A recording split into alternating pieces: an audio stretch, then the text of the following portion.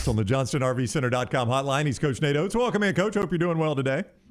Doing great. How are you guys doing? Doing wonderful. Congrats on the win. What was you mentioned that there was some extended time in the locker room after the Missouri game. Your team looked like a different team against Baylor. What happened between those two games? Yeah, it was the Georgia game at their place. Georgia game. My apologies. Yeah. I mean, neither one of them were good losses, though. But I mean, after if the Georgia game had been the first one, maybe we handled it different. The problem was we'd had Iona, Memphis, Davidson, Missouri. Before that, we need to figure out what we need to fix. And the group, the coaches can make all the points we want. If the team's not going to fix it, it's not going to get fixed. So I just came in afterwards after coaches talked. I said, hey, I'm not talking. You guys talk, figure this thing out. Let me know what just happened, because no disrespect to Georgia, Coach Crean had them ready to play, and they played hard and played well against us. But we were the better team, and we lost, and it wasn't the first time it happened. So I think some of the guys spoke up. There was some honest talk amongst the group. Some guys needed to pick it up. We needed some leadership to pick it up. We needed some guys to stop worrying about what next year's going to look like. Let's just worry about the next game in front of us. Let's quit worrying about stuff out of our control. Let's control what we can control.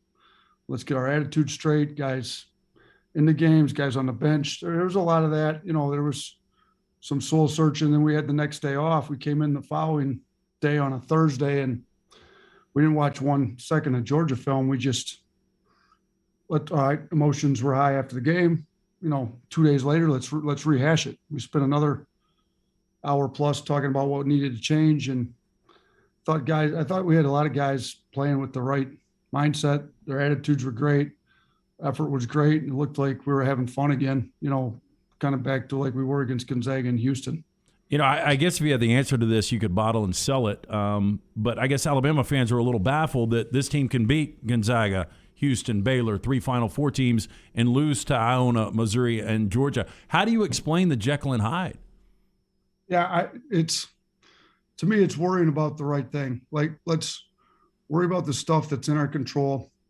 Let's give max effort every time we're on the floor. Let's play for each other.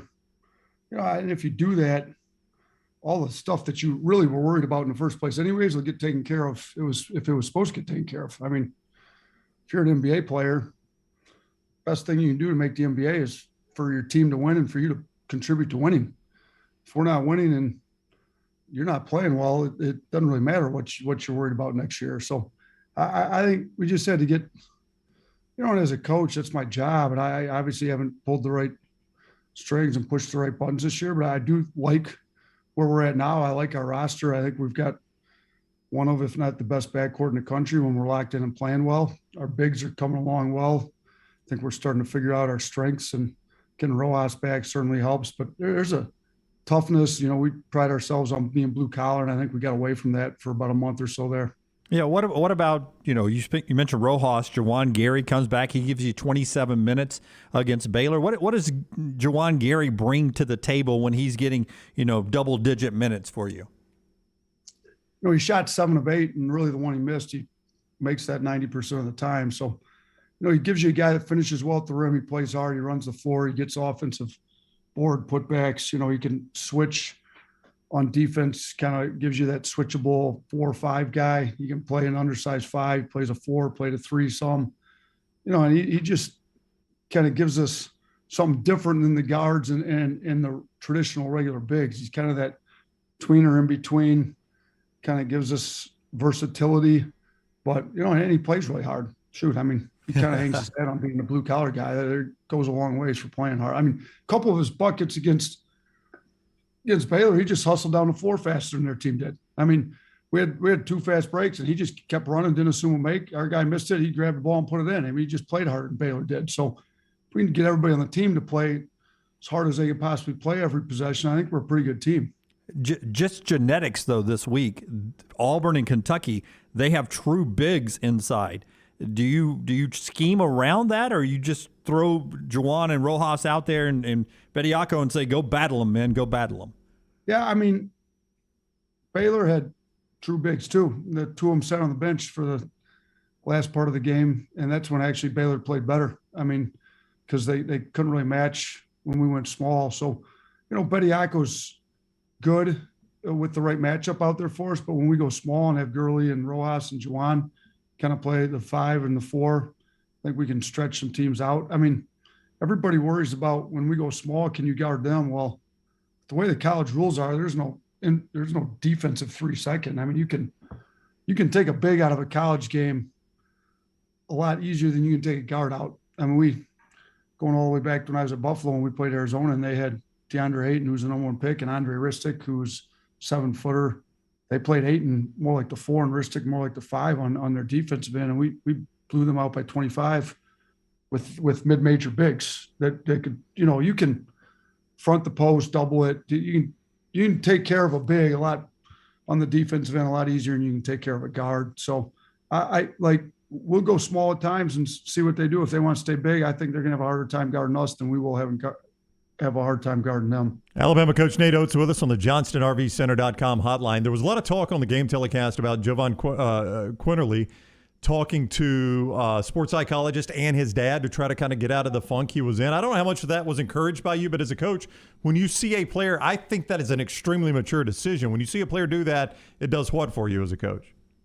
Yeah, I mean, we called his dad after that Georgia game, and his dad, Mark's great. I love him. He's one of the better parents I've ever had to deal with. He never, tries to, not playing my son right. No, none of that. Let's just figure out how to get Javon playing the best we can. And he's in cop up in Jersey. He's a blue collar kind of guy, if you will. So he came down, got in Friday during practice, watched us practice, spent the day with Javon Friday. Brett McCabe's sports psychologist up there in Birmingham. He came in, met with some of our guys. Didn't just meet with Giovanni, he met with a handful of our guys before the game. So, and Brett's been involved Alabama athletics before I got here. So, this isn't somebody I conjured up. He's been great. I enjoyed talking to him myself, but I think it's important. I mean, we call him our player development guy, and now he's just kind of like a mental skills guy that I brought with me from Buffalo, Arnie Guin. Brett's more the sports psychology.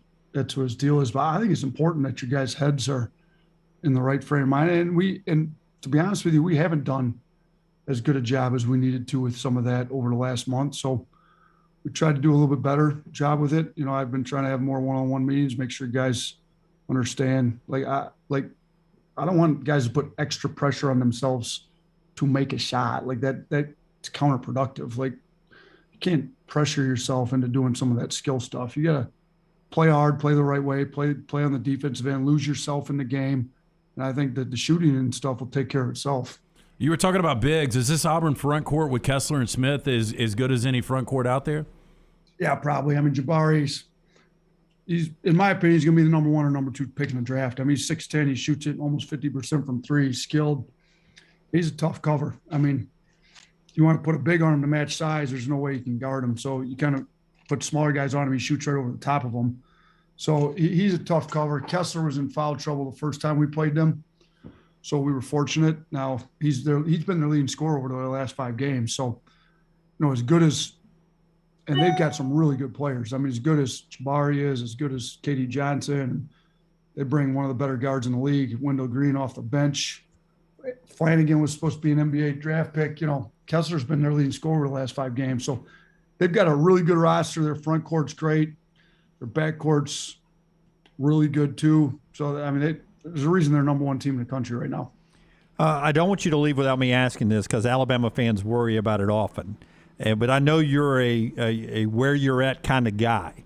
But when you see your name mentioned at Louisville or anywhere else that your names will be mentioned, how do you handle that when you're in the middle of the season, when you have this kind of team happening right now? Because this could be a once-in-a-lifetime type team.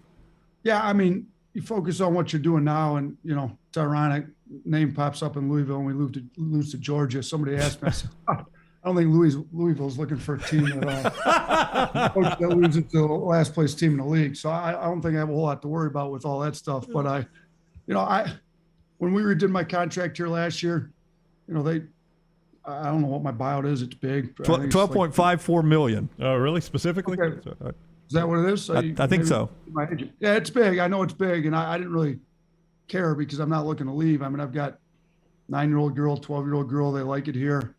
I've got a senior in high school that's planning to go to Alabama next year. Like I'm not planning to move. So, I mean, it's flattering. It's nice that people would mention my name, but then, you go out and lose to Georgia. You can forget all that stuff. Let's just try to focus on trying to beat the teams on our schedule, and all that other stuff takes care of itself. Well, that next one is number 1 Auburn at Auburn Arena, 8 o'clock ESPN tomorrow night. Coach, thank you so much for the time. Always a pleasure talking with you.